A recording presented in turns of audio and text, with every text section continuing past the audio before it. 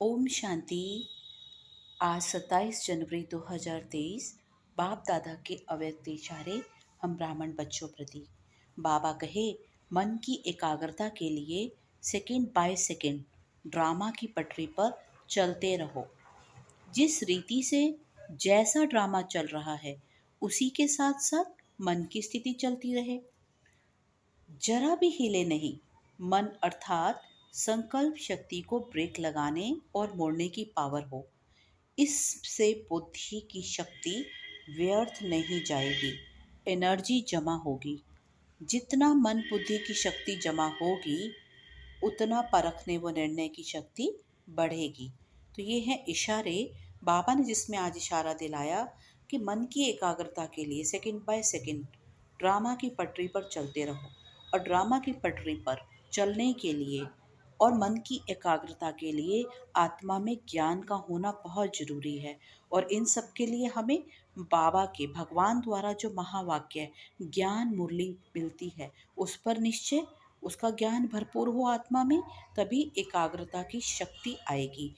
और तभी मुरलीधर पर निश्चय होगा और तो ड्रामा पर निश्चय होगा। और ड्रामा पर निश्चय होगा तो एकाग्रता की शक्ति भी बढ़ेगी और संकल्प शक्ति भी कंट्रोल में आएगी। माना हम कौन से समर्थ संकल्पों की रचना करें और कौन से व्यर्थ संकल्पों को मन में ना लाएं, तो ये भी पावर बढ़ेगी, कंट्रोलिंग पावर बढ़ेगी और संकल्प शक्ति भी पावरफुल बनेगी। तो इन सब के लिए हमें बाबा का ज्ञान अपने मन में निरंतर बढ़ाते रहना है। मुरली और मुरलीधर पर निश्चय, जिससे एकाग्रता की शक्ति आएगी और ड्रामा के राज भी अच्छी रीति जानेंगे और मन भी चलायमान नहीं होगा और संकल्प शक्ति भी समर्थ बनती जाएगी। उसको भी हम कहाँ पे भी ब्रेक लगा सकेंगे। और जब जितना हम संकल्प शक्ति को ब्रेक लगाएंगे, बचत करेंगे, तो हमारी आत्मा में परखने की और निर्णय की शक्ति बढ़ेगी। सुनते हैं बाबा के साकार के चले हुए मधुर महावाक्य के सार में मुख्य पॉइंट्स। आज बाबा की वाणी, भगवान की वाणी मुरली बहुत गूढ़े गोपनीय राजों से सजी भी है, भरी भी है और साजों से भी सजी है आज की सारी साकार वाणी। बाबा कहे, जिसमें बाबा ने गोपनीयता को बड़ी रमणीकता से बच्चों को बताया है। माना सिंपल सैंपल्स देकर हमारे आगे समझाने द्वारा सैंपल्स रखे हैं। फिर आज बाबा कहते हैं, राज बता रहे हैं। दुनिया में 4 युग तो सबको मालूम है, पूरी दुनिया चारों युगों से वाकिफ है। माना सतयुग, त्रेता युग, द्वापर युग, कलयुग, और अभी कलयुग चल रहा है। लेकिन फिर पांचवें युग के बारे में किसी को भी नहीं मालूम। परमात्मा आत्मा के मिलन का युग, जिसको संगम युग कहते हैं। संगम युग है 5वां युग, जिसमें परमात्मा बाप माना भगवान का दिव्य अवतरण का राज छुपा है। वो माता पिता बन हमें राजयोग की शिक्षा देते हैं, वो राज छुपा है। और उस राजयोग के कोर्स में भी अनेकों अनेक राज, बड़े राजों साजों से सजे और भरे पड़े हैं।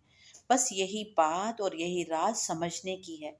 माना पूरा का पूरा संगम युग ही राजों से, रमणीकता से, गंभीरता से और रूहानी यात्रा से और रूहानियत से ओत प्रोत है। माना संगम युग है ही गोपनीय राजों से भरा युग, और इस युग में हम अपने पर राज करते। माना आज तक तो हम लोग कभी भी उठते थे, बैठते थे, कुछ भी खाते थे, कुछ भी पहनते थे, कुछ भी बोल दिया करते थे, कहीं पे भी कभी भी चल दिया करते थे। माना कभी भी सो जाते थे, कभी भी उठ जाते थे। माना हम लोगों का आत्मा का अपने पर ही शासन नहीं था। तो इस संगम युग पे आत्मा सबसे पहले अपने पर राज करना जानती और समझती। राज करना माना अपने कर्मेंद्रियों पर शासन करती, स्वराज्याधिकारी बनती, फिर विश्व राज्याधिकारी बनती, फिर सृष्टि के सारे राज जानती। माना आदि मध्य अंत के राज जानती, फिर सृष्टि की हिस्ट्री ज्योग्राफी के राज जानती। फिर संगम युग है ही राज करने का और राज जानने का परमात्म भगवान द्वारा। राज माना सीक्रेट्स और राज माना किंगडम, शासन करना। तो सुनते हैं आज की बाबा की साकार वाणी। आज पारसनाथ बाबा निराकार परमपिता परमात्मा शिव बेहद की बादशाही देने वाला बहुत प्यार से समझाने देते। कहते, मेरे मीठे बच्चे, पारस बुद्धि बनने के लिए बाप जो समझाते हैं उसे अच्छी तरह से समझना है, स्वयं में धारण कर दूसरों को कराना है। मना आज पारसनाथ बाप निराकार शिव पिता बेहद की बादशाही देने वाला बहुत प्यार से हम बच्चों को समझाने देते हैं कि जो मैं समझाता हूँ बच्चे उसे अच्छी रीति समझकर स्वयं भी धारण करना है और औरों को भी, दूसरों को भी धारण कराना है। माना आज तक बाबा ने जन्मते ही हमें संगम युग पर दिव्य बुद्धि दी थी, दिव्य नेत्र की सौगात दी थी। आज बाबा उसी दिव्य बुद्धि को पारस बुद्धि बनाने के लिए युक्तियां दे रहे हैं। वो युक्ति है जो बाबा इस ज्ञान मुरली द्वारा, भगवान के महावाक्यों द्वारा जो हम बच्चे सुनते हैं उसे अच्छी रीति धारण कर फिर पारसनाथ बाप द्वारा मिली समझाने को दूसरों को भी समझाना है। बाबा आज मुख्य गोपनीय राज को समझाने द्वारा समझा रहे हैं। निराकार परमपिता परमात्मा माता पिता दोनों हैं। किस रीति और विधि से वो सृष्टि की रचना रचते। निराकार परमपिता परमात्मा माता बिगर सृष्टि की रचना तो रच नहीं सकते। जैसे कि एक परिवार की रचना भी माता पिता दोनों के द्वारा होती है, तो इस सृष्टि की रचना भी माता पिता दोनों के द्वारा ही होती है। तो बाबा कहते, कैसे मैं सृष्टि की रचना माता और पिता दोनों के बिना नहीं रच सकता, तो कैसे शरीर धारण करके पर काया प्रवेश कर मुख से बच्चे अडॉप्ट करते ब्रह्मा बाबा के द्वारा। माना ये ब्रह्मा बाबा पिता भी है और फिर ये माता भी है। ये वंडरफुल राज की गोपनीयता आज बाबा बताते। और मुरली से पहले का गीत है, तुम ही हो माता तुम ही पिता हो, तुम ही हो बंधु तुम ही सखा हो। माना हम बच्चों के सर्व संबंध एक निराकार परमपिता परमात्मा शिव से, भगवान से। तो बाबा कहते आज एक मुख्य बात समझाते हैं। यहाँ माता पिता दोनों कंबाइंड है। मनुष्य तो ये राज समझ नहीं सकते। बाबा बैठ खुद ये समझाने देते हैं। भगवान निराकार को माता पिता कहते। मैं ब्रह्मा तन में प्रवेश कर इनके मुख द्वारा जो ज्ञान सुनाता हूँ, उस ज्ञान के द्वारा जिन बच्चों का जन्म कमल मुख द्वारा हुआ, फिर वह बच्चे मुख वंशावली ब्राह्मण बनते कहलाते। उस नाते हम ब्रह्मा मुख वंशावली ब्राह्मणों का जन्म ब्रह्मा के मुख द्वारा होता है। तो उस नाते ब्रह्मा बाबा हमारे पिता भी हैं और मनुष्य सृष्टि रचने वाला माता भी है। माना कंबाइंड स्वरूप निराकार शिव व साकारी ब्रह्मा को बाबा कहते, माता भी कहते हैं और पिता भी कहते हैं। बाबा कहे, मैं इस तुम बच्चों को समझाने देता हूँ कि कैसे निराकार बाप पतित दुनिया में आकर ब्रह्मा तन में प्रवेश कर फिर बाबा ब्रह्मा बाबा का तन में प्रवेश कर निराकार परमपिता परमात्मा। फिर बाबा कहते ब्रह्मा मुख वंशावली बच्चों का ब्राह्मणों की रचना रचता हूँ। फिर उनके कमल मुख द्वारा जो जन्म देते वो माता भी हैं।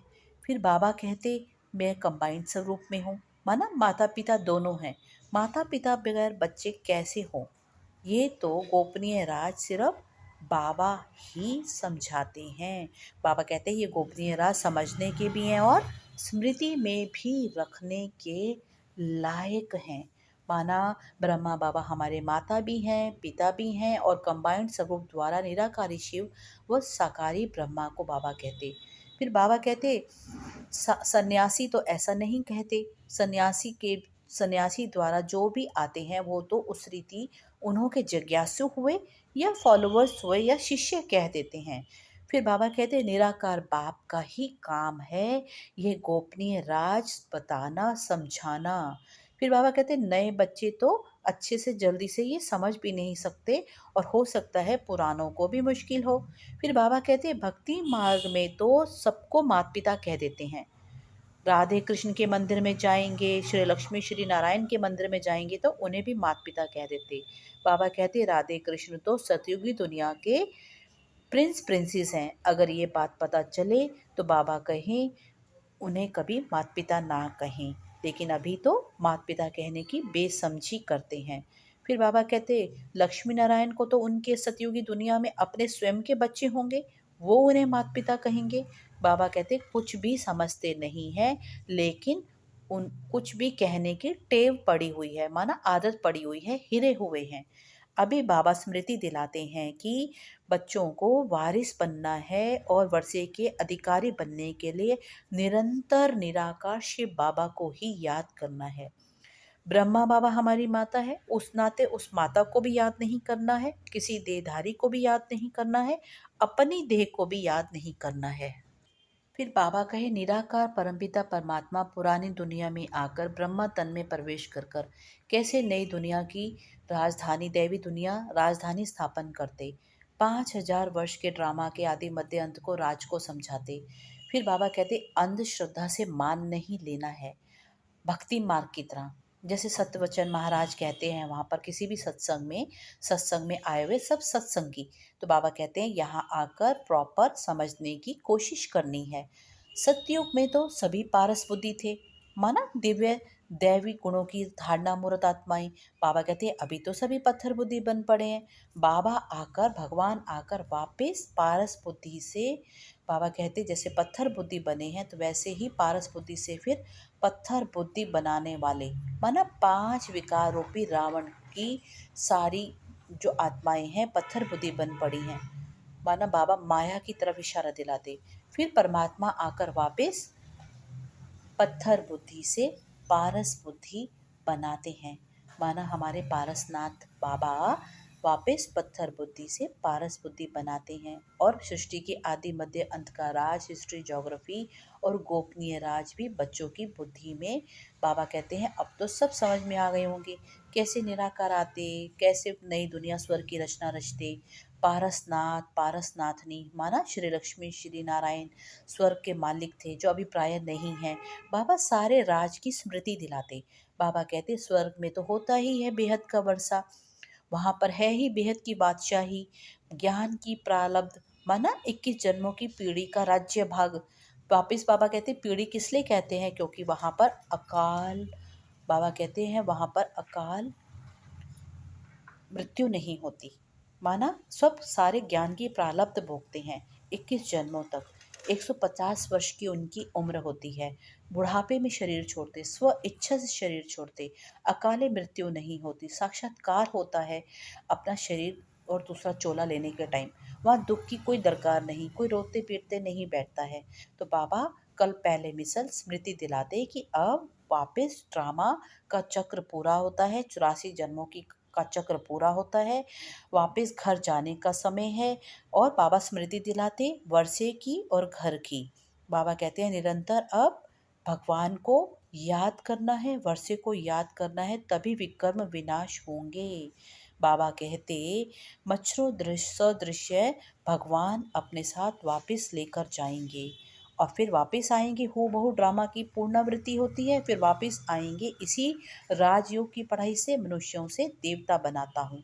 बाबा कहते हैं वही फिर देवताएं, पूज्य जो देवता थे फिर पुजारी बन पड़ते हैं। फिर पुजारी से आकर मैं कैसे, बाबा कहते मैं पुजारी से पूज्य बनाता हूँ कल्प पहले मुआफिक। यही सृष्टि कैसे वृद्धि को पाती है, कैसे मनुष्य आत्माएं 84 जन्म लेते हैं।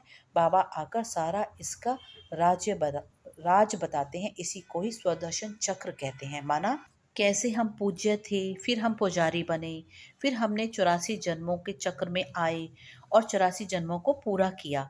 फिर हूबहू ड्रामा की पुनरावृत्ति होती है और हमारे 84 जन्मों के पाठ की भी पुनरावृत्ति होती है। बाबा कहते फिर मैं आकर वापस पुजारी से पूज्य बनाता हूँ, इसी को स्वदर्शन चक्र कहते हैं और यह अपनी स्मृति में रखना है। बाबा कहते भक्ति मार्ग में तो कह दिया स्वदर्शन चक्र से कंस का वध किया, बाबा कहते गला काटा। बाबा कहते हिंसा की तो कोई बात नहीं है, बस बहुत याद प्यार से बाबा को याद करना है, वर्षा लेना है और योग बल से पूरे विश्व की बादशाही का अधिकारी बनना है नई दुनिया में जाने के लिए, और लड़ाई आदि की तो कोई बात ही नहीं है।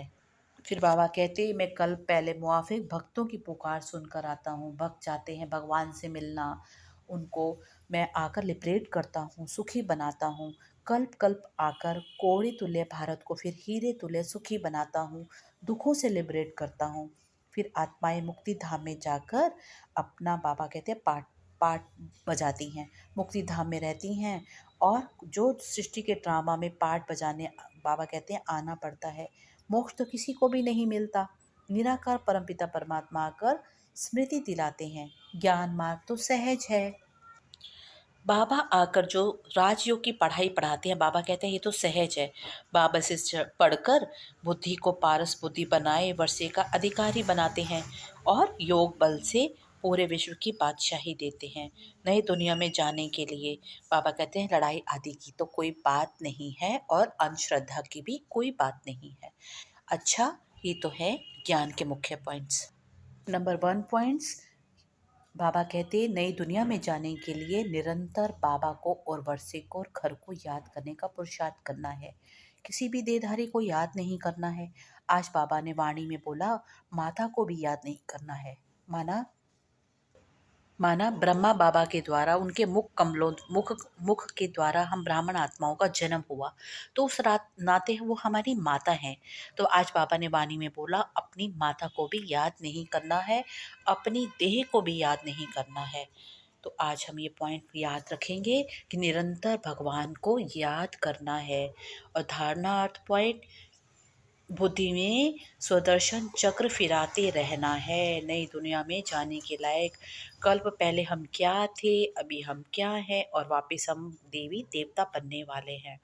और धारणा करनी, सेवा करनी है पूरे विश्व को, पूरे भारत को कौड़ी तुल्य से वापस हीरे तुल्य बनाने के लायक सब आत्माओं की बाबा का परिचय देने की सेवा करनी है। सभी आत्माओं को दुखों से लिबरेट कर भगवान समान, पाप समान सुखों की दुनिया में ले जाना है, सुखदायी बनाना है। आज का पारसनाथ भगवान का हम ब्राह्मण बच्चों प्रति वरदान है, समानता द्वारा समीपता की सीट ले फर्स्ट डिवीजन में आने वाले विजयी रत्न भव। बाबा कहे, अभी तो अति के भी अंत का समय है घर जाने का। कैसे घर से आए थे, साफ सुथरे फ्लॉलेस डायमंड सोल, आत्मा बेदाग हीरा थी, तो बाप समान पवित्र बनकर अपने घर परमधाम वो नई दुनिया में जा सकते हैं। हमारे सामने एग्जाम्पल है ब्रह्मा बाबा का, तो फॉलो भी उनको ही करना है और अपने अंतर को चेक भी करना है। मैं आत्मा बाप समान अपने संकल्पों, बोल, कर्म में संबंध व्यवहार निभाते बनी हूँ। जैसे बाबा सदा निराकार बाबा के साथ कंबाइंड रहते थे, अनुभव करते थे, सहयोग स्नेह कदम कदम साथ, माना श्रीमत का। तो बाबा कहे, ऐसे रहोगे तो विजय माला का मन का बनकर फर्स्ट डिवीजन में आ जाओगे। लेकिन कंडीशन है निरंतर परमात्मा की, निराकार की याद, उसमें कोई अंतर ना आए। माना उसकी याद के साथ किसी भी देहधारी की याद मिक्स नहीं होनी चाहिए, और सर्व संबंधों का स्नेह सिर्फ एक निराकार परमपिता परमात्मा से। तो जितनी सिमिलैरिटी होगी, सेम होगी, उतना आत्मा क्लोज होगी। माना जितना समान होंगे, समानता बढ़ेगी, उतना हम समीप होंगे, और उतना ही विजय रत्न बनेंगे, माना सक्सेस, सफलता मूर्त बनेंगे। आज का स्लोगन है, सुखदाता बन अनेक आत्माओं को दुख अशांति से मुक्त करने की सेवा करना ही सुख देव बनना है। तो हमें अभी वाणी के द्वारा विशेषता देखने का चश्मा मिला है, तो उस विशेषता के चश्मे को हमेशा पहनकर सब आत्माओं में विशेषताएं देखेंगे, तो उनके सुखदायी बनेंगे और उनको दुख अशांति से मुक्त करने की सेवा कर सकेंगे। मधुबन घर से आया होमवर्क, सो मान लेंगे मैं दर्शनीय मूर्त आत्मा हूँ। अनुभव करेंगे, चिंतन करेंगे, कौन सा पुरुषार्थ हमें दर्शनीय मूर्त बनाएगा। दर्शनीय मूर्त बनने के लिए किन किन बातों पर अटेंशन देना है। अभ्यास करेंगे आज अपने आदि स्वरूप में स्थित होकर। तो सभी अपने आदि स्वरूप में स्थित हो जाएं और जाकर मंदिर में स्थित हो जाएं। अपनी आदि स्वरूप की स्थिति में जाकर, मंदिर में जाकर स्थित हो जाए। मैं आत्मा दर्शनीय मूर्त हूँ। अनेक भक्त कतार में खड़े होकर मेरे दर्शन करके सुख, शांति, प्रेम, आनंद की अनुभूति कर रहे हैं। सभी भक्त आत्माएं मेरे मुख द्वारा सुख प्राप्त कर रहे हैं। मेरे नैनों का दर्शन करके मेरे नैनों से शांति प्राप्त कर रहे हैं। मेरे नैनों से निरंतर शांति की किरणें उनको शांत कर रही हैं। मेरी प्रेम, आनंद की ममतामयी छवि उनको भरपूर कर रही है। प्रेम, आनंद की किरणें मेरे भक्त वत्सों को भरपूर कर रही हैं। उनकी संपूर्ण मर्यादित कामनाएं पूर्ण हो रही हैं। तो आज सारा दिन इसी अभ्यास में रहेंगे। अच्छा, ओम शांति।